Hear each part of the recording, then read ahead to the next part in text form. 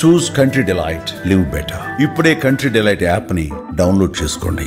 మాయమైపోతున్నాడమ్మా మనిషన్నవాడు, మచ్చుకైనా కానరాడు మానవత్వం ఉన్నవాడు. కవి అంత్యశ్రీ అన్నట్లు నేటి సమాజంలో డబ్బుకిచ్చిన ప్రాధాన్యత మానవ సంబంధాలకు ఇవ్వడం లేదు. ధనదాహంతో ఎన్నో దారుణాలకు పాల్పడుతున్నారు. ఆస్తి పంపకాల్లో తేడాలొచ్చాయని సొంత వారిని హతమార్చుతున్నారు. భూ వివాదంలో అన్నదమ్ముల మధ్య చోటు చేసుకున్న ఘర్షణ హత్యకు దారితీసింది. ఈ విషాద ఘటన ఎక్కడ జరిగింది?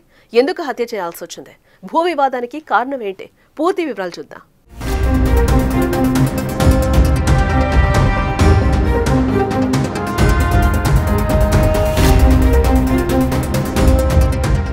మహబూబాబాద్ జిల్లాలో వరుస విషాద ఘటనలు జరుగుతున్నాయి. ప్రేమను కాదన్న కారణంతో తండ్రిని చంపింది కూతురు. ఆస్తి పంపకాల్లో తేడాలొచ్చాయని సొంత అన్నను కత్తులతో దాడి చేసి చంపారు తమ్ముళ్లు. ఈ ఘటన మహబూబాబాద్ జిల్లా సిరోలు మండల కేంద్రంలో బుధవారం చోటు చేసుకుంది. పోలీసులు తెలిపిన వివరాల ప్రకారం సిరోలు మండల కేంద్రానికి చెందిన వల్లపు లింగయ్యకు 2 భార్యలున్నారు. ఫస్ట్ భార్య మాణిక్యమ్మకు కొడుకు కృష్ణతో పాటు 3 కూతుళ్లున్నారు. సెకండ్ భార్యకు 2 కుమారులు నరేష్, మహేష్ ఉన్నారు.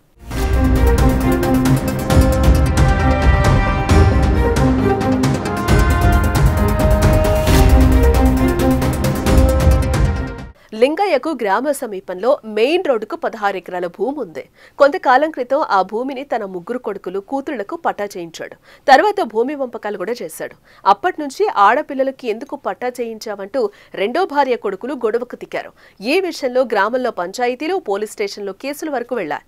ఈ గొడవ జరుగుతూ ఉండగానే భూ పంపకాల్లో రిజిస్ట్రేషన్ సర్వే నెంబర్ ప్రకారం 2వ భార్య కొడుకుల్లో ఒకరైన నరేష్ కి మెయిన్ రోడ్డు వైపు వచ్చింది. అయితే 3 కొడుకులకు సమానంగా భూమి పంపకాలు జరిగాయి. నరేష్ కి వచ్చిన భూమి గురించి గొడవలు మొదలయ్యాయి. ఏ వ్యవహారం చినికి గాలివానగా మారింది.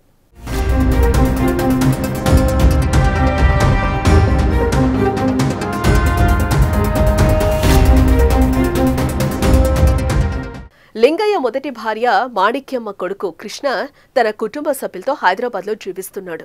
ఈ నెల 17న హైదరాబాద్ నుంచి సీరోలుకు వచ్చాడు. కృష్ణ భూమిపై కన్నేసిన నరేష్ అతన్ని హతమార్చేందుకు కుట్ర పన్నాడు.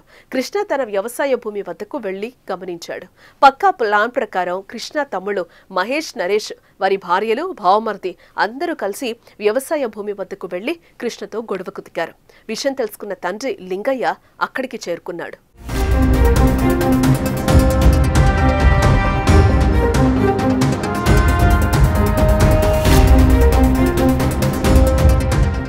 అన్నదమ్ముల మధ్య గొడవ ఆపడానికి లింగయ్య ఎంతో ప్రయత్నించాడు.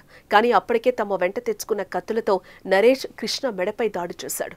దాడిని ఆపే ప్రయత్నం చేసిన లింగయ్యకు గాయాలయ్యాయి. రక్తపు మడుగులో పడి ఉన్న కృష్ణ అక్కడికక్కడే చనిపోయాడు. విషయం తెలుసుకున్న ఎస్ఐ సంఘటనా స్థలానికి చేరుకుని పరిశీలించారు. మరిపెడ సిఐ సీరోలుకు చేరుకుని పరిస్థితిని సమీక్షించారు. కేసు నమోదు చేసుకున్నారు. హత్యానంతరం నిందితుడు నరేష్ పోలీసుల ఎదుట లొంగిపోయాడు. సార్ 30 సంవత్సరాలు అవుతుంది. ఇప్పుడు పోయి అక్కడే చేస్తుండే పని, మొత్తం అమ్మ నాన్నని పట్టించుకోరు. నేను ఫస్ట్ పోయినా మా మామూలు పోయినా కొట్టి మళ్ళీ ఇంటికి పంపిస్తుంది. మొన్న అత్త మా దగ్గర ఉండేది. వాళ్ళందరూ కలిసి మా బావని చంపి కాళ్ళు చేతులు కట్టేసి మరి రోడ్డు మీద వర్షం వస్తుంది, ఆ రోడ్డు మీద పడేసి తల వేసుకొని డోర్ వేసుకొని లోపల పడుకొని ఉన్నారు. మా బావని ఎట్లా చంపేసిర్రో వాళ్ళు కూడా అట్లే కావాలని కోరుకుంటున్నాం సార్. మాకు న్యాయం కావాలని చేస్తున్నాం. మాకు న్యాయం పక్కా కావాలి. పోయి మేము బావని కూడా వాళ్ళ ఇంటి ముందు పట్టుకోబెట్టి అక్కడ ధర్నా చేస్తున్నాం సార్. మాకు ఖచ్చితంగా న్యాయం కావాలి. ఆయన కూడా తప్పిర్రు, వాళ్ళు కూడా అర్థం ఉండాలి. వాళ్ళు కూడా ఖచ్చితంగా వాళ్ళు వేరే వాళ్ళ పట్ల జరగకుండా చూడాలని మేము కోరుకుంటున్నాం సార్. వద్దు, ఆల్రెడీ ఒక అమ్మాయిని చంపేసిండు, ఇంకో అమ్మాయిని వదిలేసిండు. 2 అమ్మాయిని చంపేసిండు. ఒక అమ్మాయి పల్లవి, చిన్న అమ్మాయిని లవ్ చేస్తుంది. ఆ అమ్మాయి గురించే మా బావని చంపేశారు.